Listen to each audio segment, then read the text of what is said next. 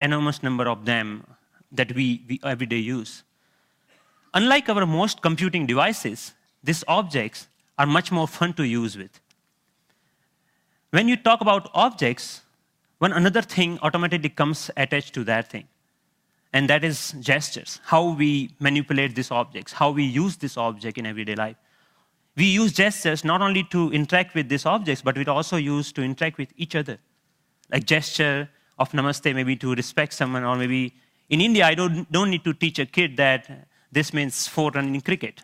It comes as a part of our everyday learning. So I'm very interested from beginning that how can our knowledge about everyday objects and the gestures and how we use this object can be leveraged to our interaction with the digital world.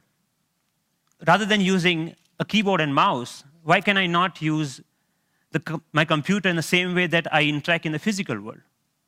So I started this exploration around 8 years back, and it literally started with a mouse on my desk. Rather than using that for computer, I actually opened it. And most of you might be aware that in those days, the mouse used to come with a ball inside, and there are 2 rollers that actually guides the computer that where the ball is moving and accordingly where the mouse is moving. So I was interested in these 2 rollers. And I actually wanted more, so I borrowed another mouse from a friend, never returned him, and I have now 4 rollers. What interestingly I did with these rollers is basically I took them off from these mouses and then put in a one line. It had some strings and pulleys and some spring. And what I got is basically a gesture interface device that actually acts as a motion sensing device made out of $2. So here, whatever movement I do in my physical world is actually replicated inside the digital world just using this small device that I made around 8 years back in 2000. Because I was interested in integrating these 2 worlds, I thought of sticky notes. I thought, why can I not connect the normal interface of physical sticky note to our digital world?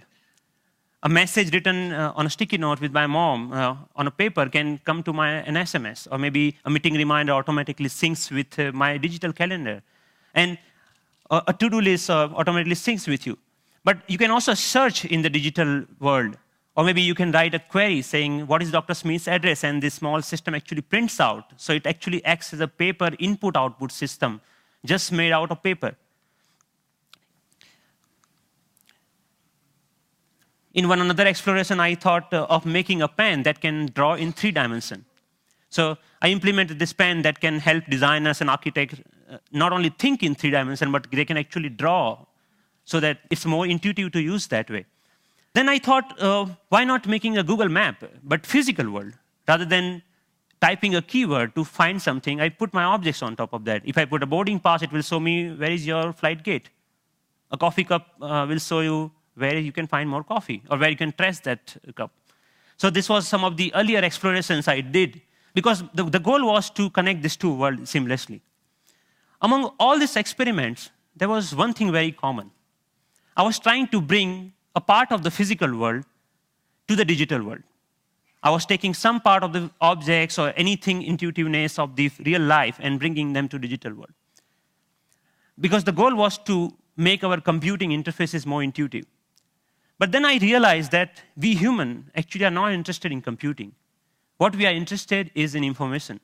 We want to know about things. We want to know about dynamic things going around. So I thought about last year, in the beginning of the last year, I started thinking that why can I not take this approach in reverse way?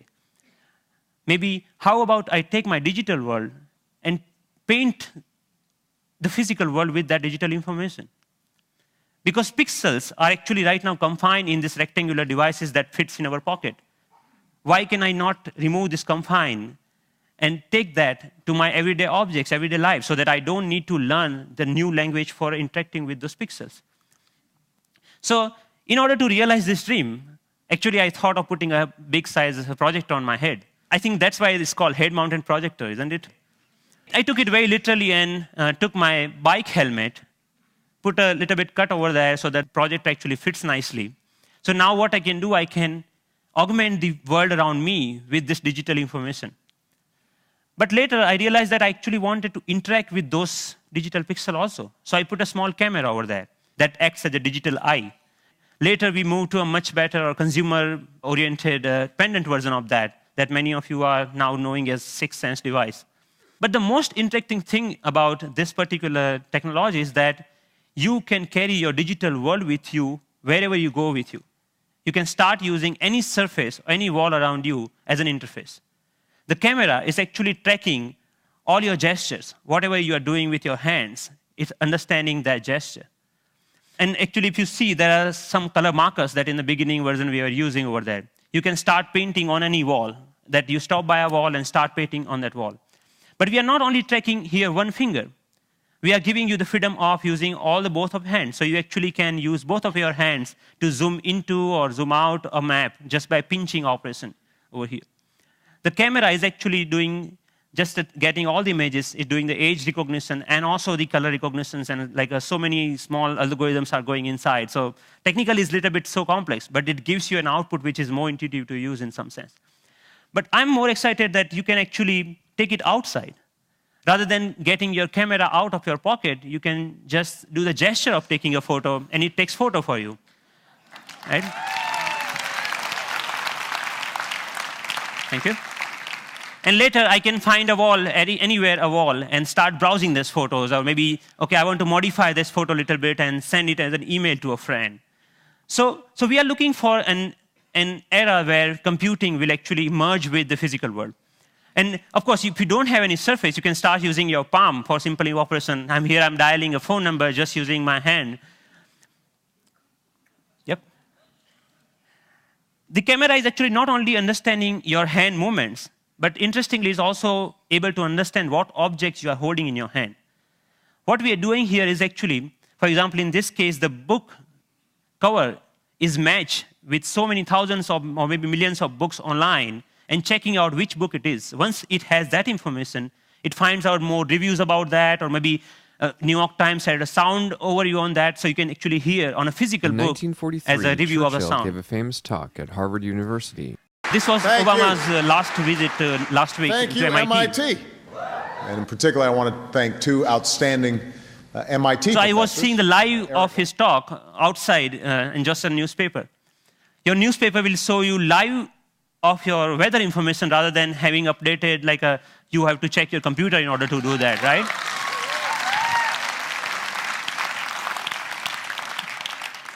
When I'm going back, I can just use my boarding pass and to check, oh, my flight has been how much delayed. Because at that particular time, I'm not feeling of opening my iPhone and checking out a particular icon. And I think this technology will not only change the way, yes, it will change the way we interact with people also, not only the physical world.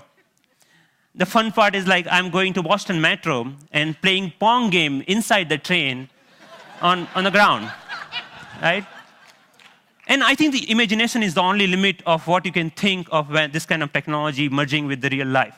But many of you argue, actually, that all of our work is not only about physical objects. We actually do lots of accounting and paper editing and all this kind of thing. What about that? And many of you are actually excited about the next generation tablet computers to come out in the market. So rather than waiting for that, I actually made my own, and just using a piece of paper. So what here I did is remove the camera. All the cameras, webcam, have a microphone inside that camera. I removed that microphone from that, and that just pinch that, just make a clip out of that microphone and clip that to a piece of paper, any paper that you found around. So now the sound of the touch is exactly getting me when exactly I'm touching the paper. But the camera is actually tracking where my fingers are moving. You can, of course, watch movies. Good afternoon. My name is Russell, and I am a wilderness explorer in Tribe 54. And you can, of course, play games.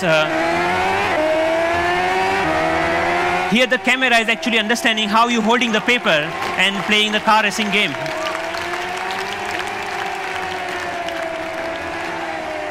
Many of you already must have thought, OK, you can browse. Yeah, of course, you can browse to any website. So you can do all sort of computing on a piece of paper wherever you need it.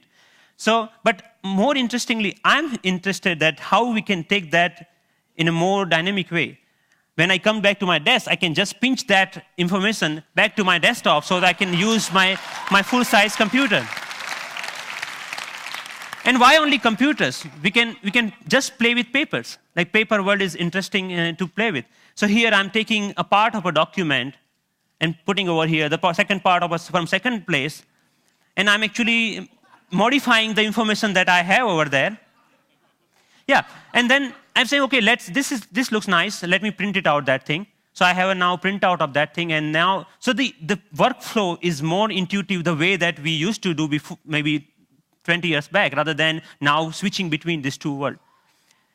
So as a last thought, I think that integrating information to our everyday objects will not only help us to get rid of the digital divide, the gap between these two worlds, but will also help us in some way to stay human, to be more connected to our physical world. And it will actually help us not end up being machines sitting in front of another machines. So that's all. Thank you.